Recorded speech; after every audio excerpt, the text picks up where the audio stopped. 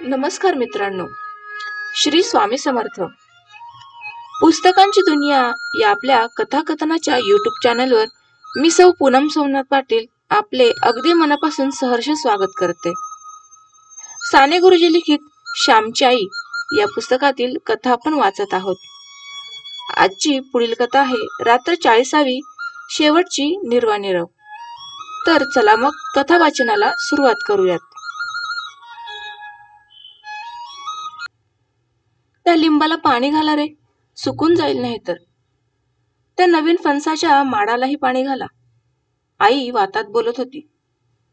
त्या वातात तिने स्वतःच्या हाताने नवीन लावलेली झाडे ती तिला दिसत होती. आजारी व अशक्त होती, तरी त्या झाडांना ती पुरण घाली, त्यांना पाणी घाली. त्यांची पाने किडी खातात की काय ते पाही. आईच्या हातची कितीतरी झाडे परसात होती. मी दापोलीस असताना चंदनाची माडे नेले होते. इतर सारे मेले, पण आईने लावलेला तेवढा जगला होता.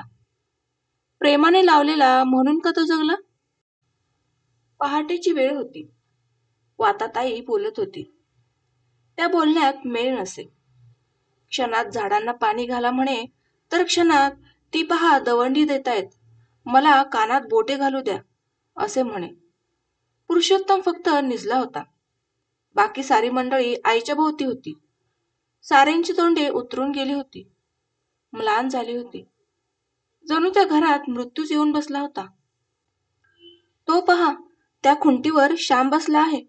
खाली ये रे गुलामा, लहानपणाचा हट्ट अजून नाही का गेला? ये मला भेट. आईजवळ नाही हट्ट करायचा तर कुणाजवळ करायचा? पण आता पुरे, ये मला भेट. आईचे वातात बोलणे चालणे होते. अक्का अक्का, मावशी आईला हाक मारित होती. शुद्धीवर आणण्याचा प्रयत्न करीत होती. नमू, तुझे तेल परत नाही केले. रागावू नका हो. श्याम, ये रे, तुझे थंड हात ठेव कपाळावर. आईचे शब्द ऐकून साऱ्यांचे डोळे भरून आले होते. कोणी बोलेना, सारे स्तब्ध. तुमची मांडी हीच माझी अब्रू. दवंडी देतात, द्या म्हणावं. तुमचे पाय आहेत ना मला, कुंकू आहे ना कपाळाला. कोण माझी अब्रू नेणार? कोणता सावकार अब्रू नेईल? माझी अब्रू ती का दागदागिन्यात, घरादारात, शेताभातात आहे?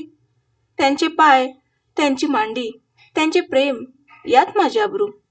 द्या रे, त्यांची मांडी द्या. असे म्हणून आई उठू लागली. ती कोणाला आवरेना. साऱ्यांनी तिला निजवले. वडील आईचे डोके मांडीवर घेऊन बसले. पाणी पाणी, आई म्हणाली. मावशीने आईच्या तोंडात पाणी घातले.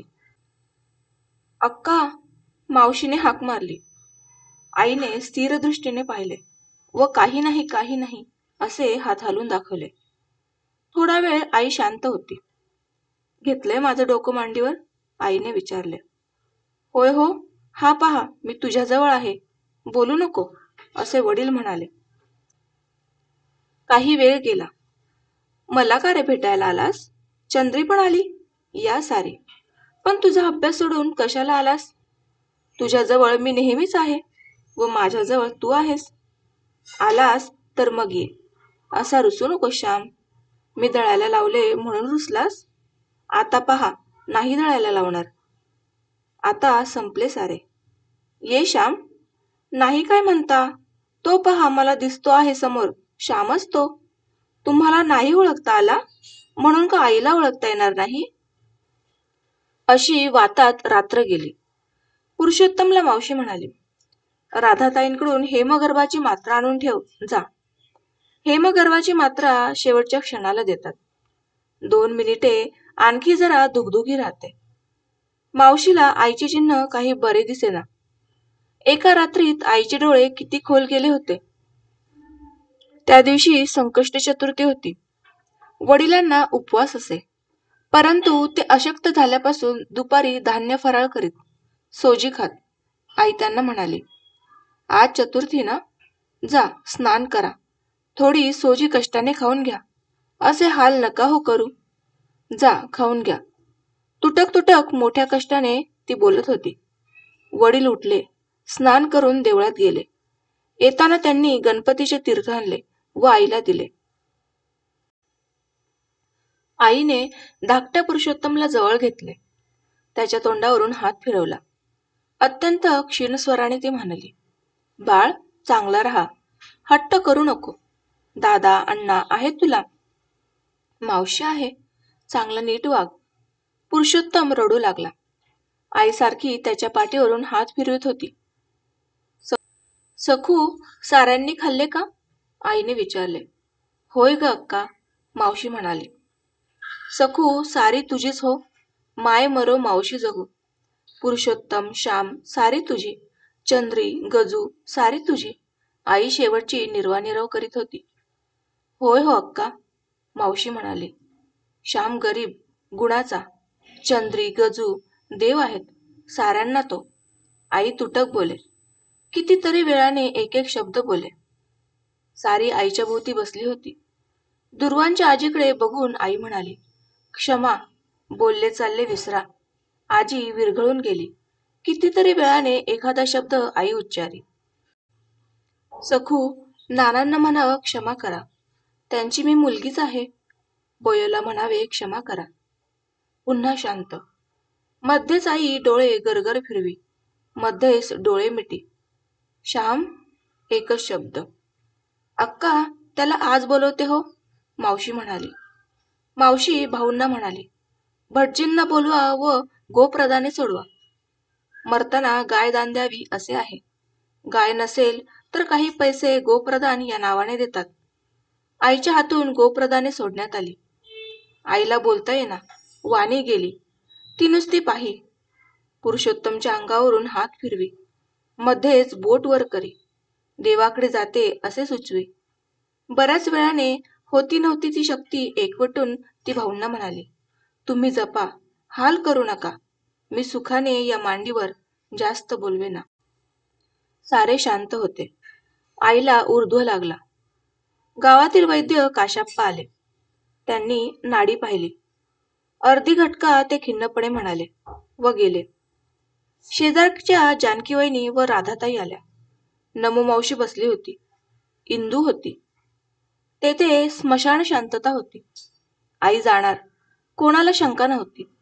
तिला श्याम व चंद्री भेटली नाहीत. गजू भेटून गेला. वडील म्हणाले. आईचे ओठ हलले. असे वाटले काही बोलायचे आहे, काही सांगायचे आहे, परंतु बोलत नव्हते. ते ओठ राम म्हणत होते की श्याम म्हणत होते. राधाताईंनी हेमगर्भाची मात्रा उगाळली. खाली जाणाऱ्या जिभेला त्यांनी चटका दिला. सारी जपा, आई म्हणाली. काही सांगायचे आहे का? राधाताईंनी मोठ्याने कानात विचारले. आईने नाही अशी खूण केली. घरामध्ये मृत्यू आदल्या दिवसापासून आला होता. शेवटल्या क्षणाची तो वाट पाहत होता. पुन्हा एकदा आईने जोर केला व म्हटले, सारे सांभाळा, देव आहे. शेवटची लक्षणे दिसू लागली. जीभ आत ओढली जाऊ लागली. वेळ आली. देवाघरी जाण्याची वेळ आली. मंगल वेळ आली. राधाताईंनी गंगा आणून 2 थेंब तोंडात घातले. तुळशीपत्र तोंडात ठेवण्यात आले. आईला घोंगडीवर घेण्यात आले. देवाकडे जाताना विरक्त होऊन जावे लागते. थोडा वेळ गेला. राम ऐकू आले. आईने राम म्हटला. साऱ्यांना अथांग सागरात लोटून आई गेली. बोलावणे आले. ती गेली. ते बोलावणे कोणाला नाकारता येत नाही. श्यामची आई निघून गेली. भाऊंची पुण्याई गेली.